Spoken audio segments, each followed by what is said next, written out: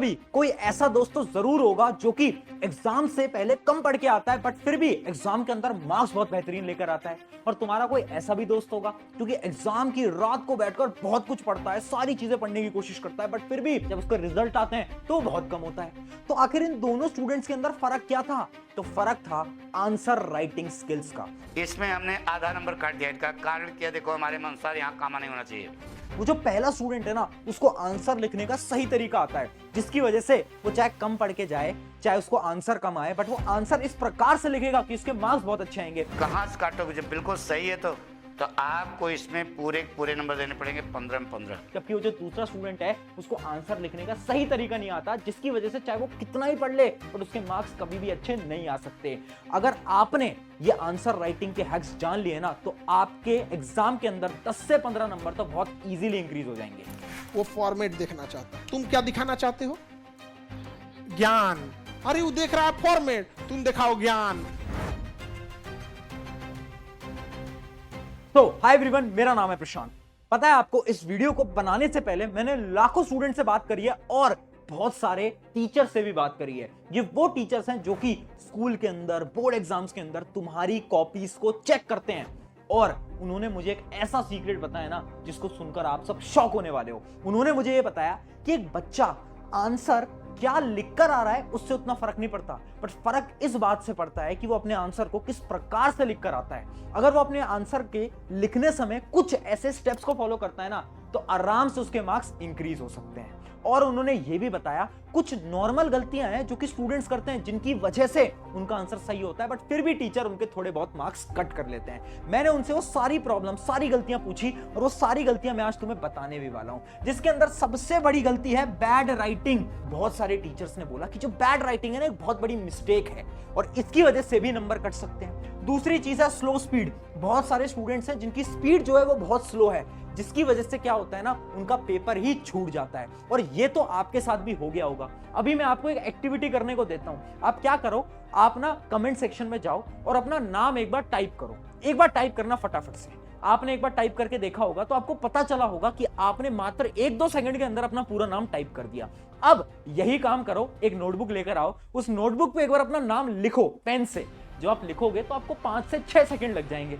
यानी हम टाइप तो फास्ट कर सकते हैं, बट हम जब आंसर लिखते हैं, अपना नाम कॉपी पे लिख रहे हैं, तो हमें उसमें बहुत टाइम लग रहा है। तो आखिर हम स्पीड को इंक्रीज कैसे करें? जैसे हमारी टाइपिंग स्पीड है उतनी कैसे इंक्रीज करें, वो भी तुम्हें आज मैं बता दूंगा। उसके अलावा कट्स इन दी आंसर। बहुत सारे टीचर्स ने बोला कि वो जो स्टूडेंट्स हैं ना, जो कि आंसर में बार बार कट लगाते हैं, उससे टीचर बहुत ज्यादा इरिटेट होते हैं। उसके अलावा याद नहीं रहता।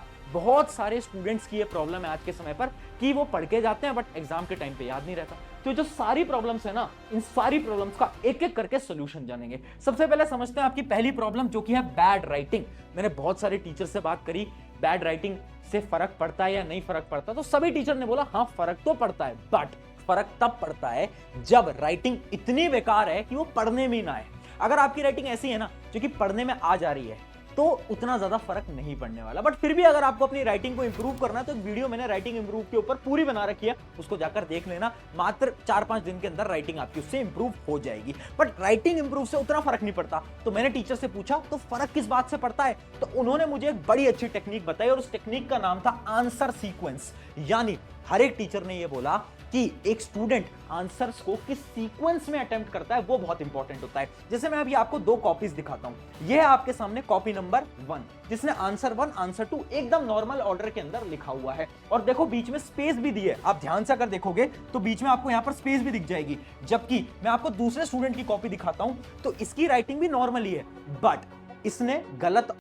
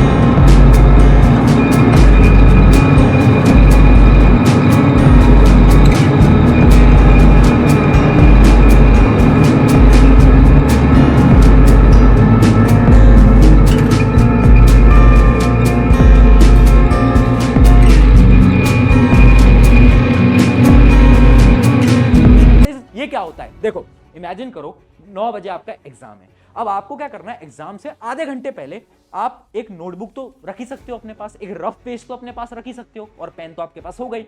आपको क्या करना है, उस नोटबुक के ऊपर अपने पेन से कुछ एक्सरसाइज करनी है। एक्सरसाइज क्या है, ऐसे लाइंस बनाओ, ऐसे लाइंस बनाओ, ऐसी लाइंस बनाओ, फिर ऐसी लाइंस बनाओ, फिर ऐसी लाइंस बनाओ, है ना, फिर ऐसी लाइंस बनाओ, ऐसी लाइंस बनाओ। इनसे क्या हो रहा है, इनसे आपका जो हैंड और जो ब्रेन मूवमेंट है ना वो कोऑर्डिनेट हो रहा है, और जब आप आंसर लिखने जाओगे ना तो जो आपकी प्रॉब्लम है ना कि आप बहुत धीरे धीरे धीरे धीरे लिखते हो, वो प्रॉब्लम खत्म हो सकती है। तो ये तो होता है हैंड वार्म अप एक्सरसाइजेस। इसके अलावा एक स्टेप आपको और करना है जो कि है एयर राइटिंग। देखो अगर आप स्लो लिखते हो ना तो उसका एक सिंपल सोल्यूशन है कि आप ना डेली राइटिंग की प्रैक्टिस करो। कैसे, आपको हवा के अंदर राइटिंग की प्रैक्टिस करनी है। यानी इमेजिन करो आप कहीं पर भी ट्रैवल कर रहे हो, आप अपने दोस्त के साथ पीछे स्कूटी के ऊपर बैठे हो, बट आपको क्या इमेजिन करना है ना, आपको इमेजिन करना है कि आपके हाथ में पेन है और सामने एक किताब है, और आप उस किताब पे फटाफट से एक बार अपना नाम लिखने की कोशिश करो। एक बार आप अभी भी कर सकते हो, जो भी आपका नाम है एक बार वो फटाफट से लिखने की कोशिश करो। इससे क्या होगा, आपका जो हाथ है, जो आपकी कलाई है, वो मूव करती रहेगी, और जितना ये मूव कर रही है ना उतना ज्यादा आपकी राइटिंग स्पीड ऑटोमेटिकली इंक्रीज होती रहेगी।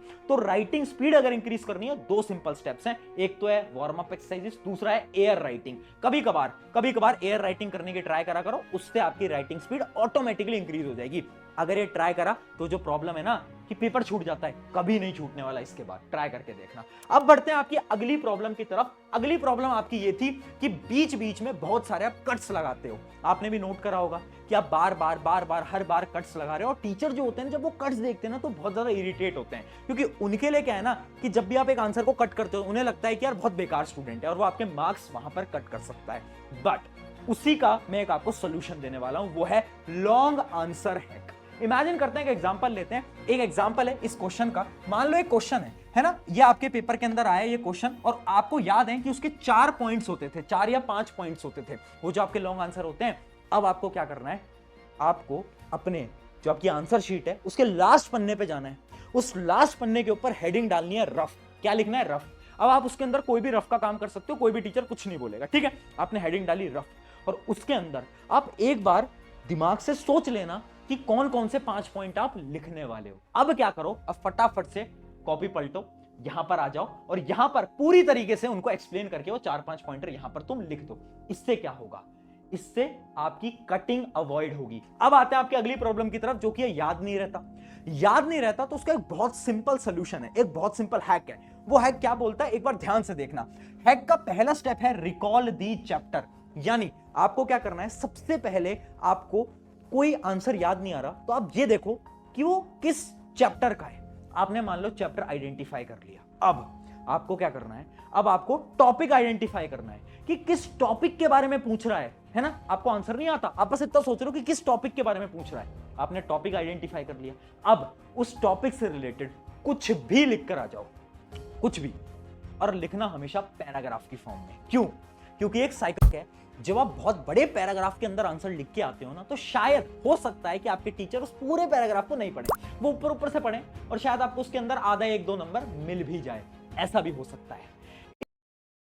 टॉपिक आइडेंटिफाई करना है कि किस टॉपिक के बारे में पूछ रहा है ना। आपको आंसर नहीं आता, आप बस इतना सोच रहे हो कि किस टॉपिक के बारे में पूछ रहा है। आपने टॉपिक आइडेंटिफाई कर लिया। अब उस टॉपिक से रिलेटेड कुछ भी लिख कर आ जाओ, कुछ भी, और लिखना हमेशा पैराग्राफ की फॉर्म में। क्यों, क्योंकि एक साइकोलॉजिकल हैक है, जब आप बहुत बड़े पैराग्राफ के अंदर आंसर लिख के आते हो ना तो शायद हो सकता है कि आपके टीचर उस पूरे पैराग्राफ को नहीं पढ़े, वो ऊपर ऊपर से पढ़े, और शायद आपको उसके अंदर आधा 1-2 नंबर मिल भी जाए। ऐसा भी हो सकता है। इस वजह से जब भी कोई क्वेश्चन ना आए तो उसको छोड़ना नहीं है एग्जाम के अंदर। हमें क्या करना है, हमें सोचना है कौन से चैप्टर का है, कौन से टॉपिक का है, और पैराग्राफ की फॉर्म के अंदर उस टॉपिक से रिलेटेड जो भी आता है वो जाकर हमें अटेम्प्ट कर देना। ये बहुत ज्यादा इंपॉर्टेंट स्ट्रैटेजी होने वाली है हर एक स्टूडेंट के लिए।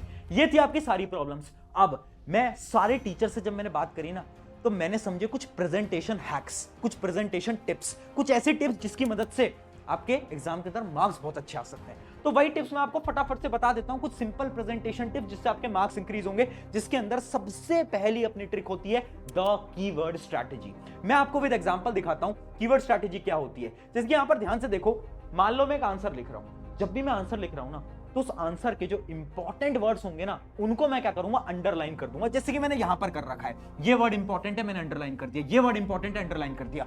इससे क्या होगा, जब भी कोई एग्जामिनर आपकी कॉपी चेक करेगा, आपके टीचर आपकी कॉपी चेक करेंगे, तो उनका सारा फोकस जाएगा अंडरलाइन वाले वर्ड्स पे, है ना। और ये अंडरलाइन पेंसिल से करनी है, अंडरलाइन वाले वर्ड्स पे उनका फोकस जाएगा। वो देखेंगे अच्छा बच्चे ने सही लिखा है, ठीक है, बच्चे ने सही लिखा है, इसने भी सही लिखा है, ठीक है, और वो सिर्फ अंडरलाइन वाले वर्ड्स को पढ़ेंगे, उन्हें लगेगा आंसर सही है, आगे बढ़ेंगे। आपके पूरे आंसर वो नहीं पढ़ते, ये रियलिटी होती है, मैं सच बता रहा हूं, नंबर इससे बढ़ जाते हैं तुम्हारे।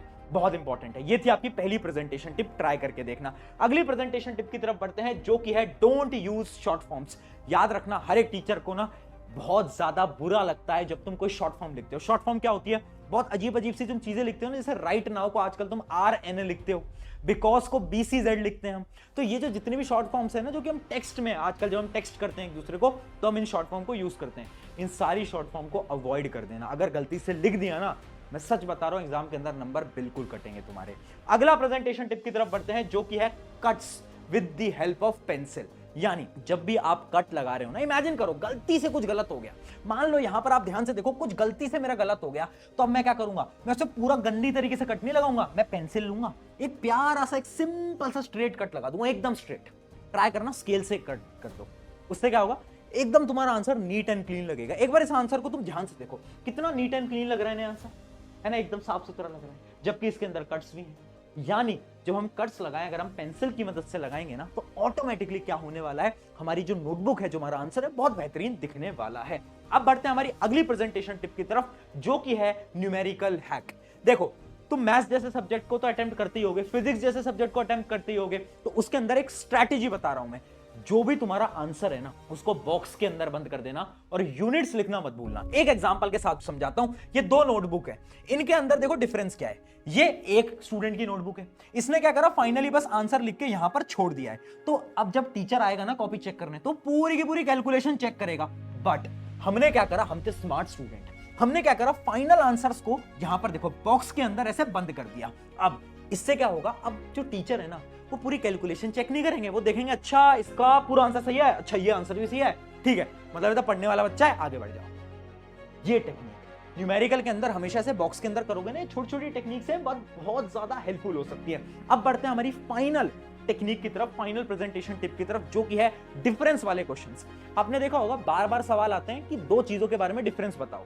हम क्या करते हैं ना, हम पहले एक हेडिंग डालेंगे, फिर उसके बारे में लिखेंगे, फिर दूसरे के बारे में लिखेंगे। ऐसा कभी मत करना।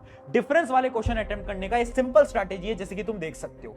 तुम्हें क्या करना है, एक बॉक्स बनाना है, एक तरफ एक लिखना है, दूसरी तरफ दूसरी चीज लिखनी है, और उनकी ऐसे डेफिनेशंस वगैरह, इनके सारे डिफरेंसेस पॉइंट वाइज लिखने हैं। कभी भी डिफरेंस पैराग्राफ में मत लिखना, नंबर कट सकते हैं। हमेशा ट्राई करना, डिफरेंस लिख रहे हो तो ऐसे एक बॉक्स बनाओ, बीच में लाइन बनाओ, और यहां पर पॉइंटर के हिसाब से तुम डिफरेंसेस लिखकर आओ।